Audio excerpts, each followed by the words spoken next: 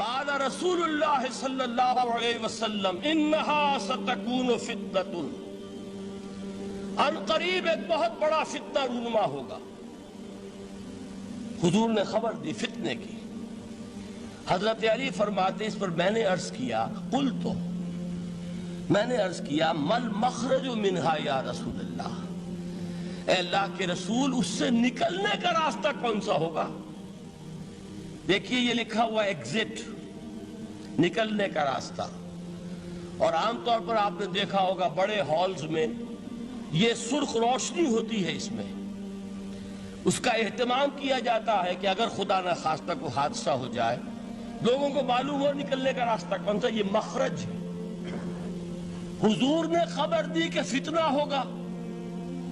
تو دیکھیے میں ایک بات عرض کیا کرتا ہوں، ذرا توجہ کیجئے، ہمارا حال کیا ہے؟ ہم بڑے ریشنلسٹ قسم کے لوگ ہیں، یہ زمانہ ریشنلزم کا ہے۔ اگر ہم ہوتے تو کیا پوچھتے؟ وہ فتنہ کیا ہوگا، کیوں ہوگا، کہاں سے آئے گا؟ ہمارے سوال یہ ہوتے کب آئے گا، کیوں، کہاں، کب، کیسے؟ ان سب کی حیثیت علمی سوالات کی ہے۔ بھائی کب آئے گا ایک علم ہے، کیسے آئے گا علم ہے، کہاں سے آئے گا علم ہے، لیکن اصل جو عملی اعتبار سے اہمیت والی شے ہے، بچاؤ کا راستہ کون سا ہوگا؟ محمد الرسول اللہ، یہ بتائیے ہم۔ مل مخرج منہا یا رسول اللہ، حضرت علی نے یہ نہیں پوچھا فتنہ کیا ہوگا، کہاں سے آئے گا حضور، کیوں آ جائے گا، کب آ جائے گا، نہیں، مل مخرج منہا یا رسول اللہ، اے اللہ کے رسول یہ بتائیے کہ جب وہ فتنہ رونما ہوگا تو نکلنے کا راستہ کون سا ہوگا؟ اس کا جواب ہے، ارشاد فرمایا محمد رسول اللہ نے، کتاب اللہ، اللہ کی کتاب ہے وہ مخرج، یہ کتاب ہے کہ جس کو تھامو گے تو فتنوں سے محفوظ رہو گے۔ اس کے بعد آپ فرماتے ہیں فیہ نبأ ما قبلکم وخبر ما بعدکم وحکم ما بینکم، اس میں تم سے پہلوں کی بھی خبریں موجود ہیں، عاد اور سمود اور قوم نوح اور قوم ہود اور قوم لوط اور قوم صالح اور آل فرعون، یہ کون ہے؟ من قبلکم، تم سے پہلے، وفیہ خبر ما بعدکم، جو کچھ تمہارے بعد ہونے والا ہے اس کی خبریں بھی موجود ہیں، لیکن وہ کیسے ہوں گی؟ وہ بٹوین دی لائنز ہوں گی، وہ بین السطور ہوں گی۔ ان کے لیے انسان کو، آپ کو معلوم ہے کہ عبارت میں سطور ہوتی ہے اور ایک درمیان میں ہوتا ہے، ان کے کچھ لکھا ہوا نہیں ہوتا۔ You have to read between the lines۔ قرآن میں بعد میں آنے والے حالات بھی درج ہیں، لیکن اس طرح نہیں جیسے کہ پچھلے حالات درج ہیں۔ اس کے لیے ذرا ان ڈیپتھ پونڈرنگ اوور، غور و فکر اور تدبر کی ضرورت ہوگی۔ وَحُکْمُ مَا بَيْنَكُمْ، اور جتنے اختلافات تمہارے اندر پیدا ہوں گے تا قیام قیامت، ان سب کا فیصلہ بھی اس کتاب میں موجود ہے۔ وَهُوَ حَبْلُ اللَّهِ الْمَتِينُ وَهُوَ الذِّكْرُ الْحَكِيمُ، یہی تو ہے وَهُوَ الصِّرَاطُ الْمُسْتَقِيمُ، سیدھا راستہ، اور کون سا؟ یہ قرآن تو ہے۔ ہر رکعت میں کہتے ہو اہدنا الصراط المستقیم، اور قرآن دیا ہوا ہے اس پر غور نہیں کرتے۔ عجیب تماشا ہے ہمارا، نماز کی ہر رکعت میں اہدنا الصراط المستقیم، اور حضور فرمائے وَهُوَ الصراط المستقیم، صراط مستقیم یہ قرآن ہی تو ہے، الذکر الحکیم یہ قرآن ہی تو ہے، وَهُوَ حَبْلُ اللَّهِ الْمَتِينُ، اور یہی ہے اللہ کی مضبوط رسی۔ آپ نے قاری صاحب سے وہ آیات سنی سورہ آل عمران کی، وَاعْتَصِمُوا بِحَبْلِ اللَّهِ جَمِيعًا وَلَا تَفَرَّقُوا، اللہ کی رسی کو مضبوطی سے مل جل کر تھامو اور تفرقے میں مبتلا نہ ہو۔ تفرقہ ہوگا تو کیا ہوگا؟ تمہاری ہوا اکھڑ جائے گی۔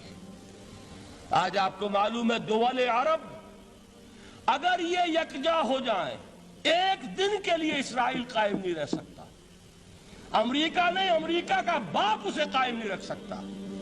اگر امت عرب ہی جمع ہو جائے، عالم اسلام تو بڑی شے ہے۔ جو وسائل ان کے پاس ہیں، جو اللہ تعالیٰ نے ان کو نعمتیں عطا فرمائی، لیکن افتراق، انتشار، اختلاف، جتھے بندی، گروہ بندی، دھڑے بندی، اس نے اسرائیل کا خنجر ان کے سینے میں پیوست کیا ہوا ہے۔ اس لیے کہ فَتَذْهَبَ رِيحُكُمْ، اگر تم اختلاف کرو گے تو تمہاری ہوا اکھڑ جائے گی، آج وہ ہوا اکھڑ چکی ہے۔ تو فرمایا وَاعْتَصِمُوا بِحَبْلِ اللَّهِ جَمِيعًا وَلَا تَفَرَّقُوا، اللہ کی رسی کو مضبوطی کے ساتھ مل جل کر تھامو اور تفرقے میں مت پڑو۔ حضور فرما رہے ہیں وہ اللہ کی رسی کون سی؟ ہوا حبل اللہ المتین، یہی قرآن ہے اللہ کی مضبوط رسی۔ علامہ اقبال نے کیا خوب کہا ہے، علامہ اقبال نے قرآن اور حدیث کے حقائق کو جس طریقے سے اشعار کا جامہ پہنایا ہے، وہ تو خود کہتے ہیں گوہر دریائے قرآن سفتام، میں نے قرآن مجید کے دریا سے موتی نکال کر اپنے اشعار کے اندر میں نے چن دیے ہیں، میرا کام اور کچھ نہیں ہے۔ موتی کوئی بھی غواص پیدا نہیں کرتا، دریا کی گہرائی سے نکال لاتا ہے۔ یہ میری حکمت نہیں ہے جو میرے اشعار میں ہے، یہ میں نے قرآن مجید کے دریا میں غوطہ زنی کر کے اس سے یہ موتی نکالے۔ گوہر دریائے قرآن سفتام۔ اب دیکھیے اسی حدیث کے اس ٹکڑے کو کیسے شعر میں لائے ہیں۔ از یک آئینی مسلمان زندہ است، پے کرے ملت سے قرآن زندہ ہست۔ مسلمان کی زندگی تو ایک آئین کے بدولت ہے، یہ آئین قرآن، جو کہا تھا کبھی قائد اعظم مرحوم نے جب پوچھا گیا تھا کہ آپ کے پاکستان کا دستور کیا ہوگا، کیا فرمایا تھا؟ یاد کیجئے کہ ہمیں کسی نئے دستور کی ضرورت نہیں، ہمارا دستور 1400 برس پہلے طے ہو چکا ہے۔ یہ ہماری بدقسمتی ہے جو کچھ کہا تھا قائد اعظم نے کہ God has given us a golden opportunity to prove our worth as architects of a new state, and let it not be said that we didn't prove equal to the task۔ میں معذرت کے ساتھ عرض کروں گا حضرت کہ واقعہ یہ ہے کہ ہم اس کے ایکول ٹو دی ٹاسک ثابت نہیں ہوئے۔ قائد اعظم کا دیا ہوا پاکستان آج دنیا میں موجود نہیں ہے، اس کا ایک حصہ اپنے نام سے دستبردار ہو کر بنگلہ دیش بن چکا ہے، اس نے اپنی تاریخ کو خیر بات کہہ دیا ہے۔ حالانکہ مسلم لیگ کی جنم بھومی ڈھاکہ ہے، 1906 میں ڈھاکہ میں مسلم لیگ نے جنم لیا تھا، اور اگر وہ صرف ہم سے علیحدہ ہوتا یہ اکیرا صدمہ ہوتا، لیکن یہ کہ اس نے جب نام بدلا ہے در حقیقت اس نے اپنے تاریخ سے، اپنے پس منظر سے استعفیٰ دیا ہے۔ یہ ہمارا دوہرا ہمارے لیے صدمے کی بات ہے۔ کیا 2 یمن موجود نہیں ہیں؟ ان میں سے کوئی ایک بھی اپنا نام چھوڑنے کو تیار ہوگا؟ کیا 2 جرمنی دنیا میں موجود نہیں ہیں؟ کوئی ایک بھی ان میں سے اپنا نام چھوڑے گا؟ کیا 2 کوریا نہیں ہیں؟ 2 ویتنام نہیں ہیں؟ تو کیا 2 پاکستان نہیں ہو سکتے تھے؟ ہو سکتے تھے۔ میں یہ کہا کرتا ہوں کہ یہ گہرا صدمہ ہے علیحدگی، اور دوہرا صدمہ ہے، اور اس سے کہیں زیادہ بڑا کہ انہوں نے اپنا نام بدل لیا، اپنی آئیڈینٹی چینج کر دی، انہوں نے وہ نام اپنے ماتھے سے اتار کر خلیج بنگال کے اندر دبو دیا۔ یہ بہت بڑی سزا ہے جو ہمیں ملی ہے۔ کیوں ملی ہے؟ کہ ہم نے 25 برس تک اس قائد جس کو کہا تھا کہ وہ ہمارا آئین ہے، اس کو آئین نہیں بنایا۔ ہم نے دنیا کے سامنے جھولیاں پساری، ہم نے طرح طرح کے نظاموں کو آزمایا، لیکن اس قرآن کی طرف پیش قدمی نہیں کی۔ اللہ تعالیٰ ڈھیل دیتا ہے لیکن سزا بھی بہت سخت ہوتی ہے۔ ان بطش ربک لشدید، وہ ہم پر کوڑا برسا ہے۔ تاریخ انسانی کی عظیم ترین شکستوں میں سے ایک شکست ہے کہ جو ہمارے ماتھے پر کلنک کے ٹیکے کی طرح موجود ہے۔ اللہ کرے کہ آئندہ یہ تاریخ اپنے آپ کو نہ دہرائے، لیکن میں عرض کر دیتا ہوں آپ سے، جو ہمارے لچھن ہیں، جو ہمارا طرز عمل ہے، جو ہمارے لیل و نہار ہیں، جو ہمارا انداز ہے، اللہ کے دین کا استہزاء اور تمسخر، جس طرح اللہ کے ساتھ مذاق ہم کر رہے ہیں، اس کا شاید اس سے بھی کہیں زیادہ برا نتیجہ نکلے۔ اللہ مجھے اور آپ کو اور ارض مقدس پاکستان کو اس انجام سے بچائے، لیکن اس کے لیے کام کرنا ہوگا۔ صرف کہنے سے بات نہیں بنے گی، کمر کسنی ہوگی، ہمت جو ہے پھر انسان کو اثر نو، ایک نئی تعمیر، ایک عزم، ایک ہاتھ میں قرآن اور ایک میں تلوار لے کر یہ امت پھر دوبارہ میدان میں آئے۔ بہرحال عرض یہ کرنا تھا، اقبال کہتا ہے از یک آئینی مسلمان زندہ است، پے کرے ملت ز قرآن زندہ است، ماں ہما خاک و دل آگاہ اوست، اعتصامش کن کہ حبل اللہ اوست۔ کامو اس کو مضبوطی کے ساتھ، حبل اللہ یہی قرآن ہے، یہ یک آئینی اور پیکر قرآن کی زندگی، پیکر ملت کی زندگی جو ہے اس قرآن کی بدولت ہے۔ تو حضور نے کیا فرمایا؟ فتنے سے بچنے کا راستہ کون سا ہے؟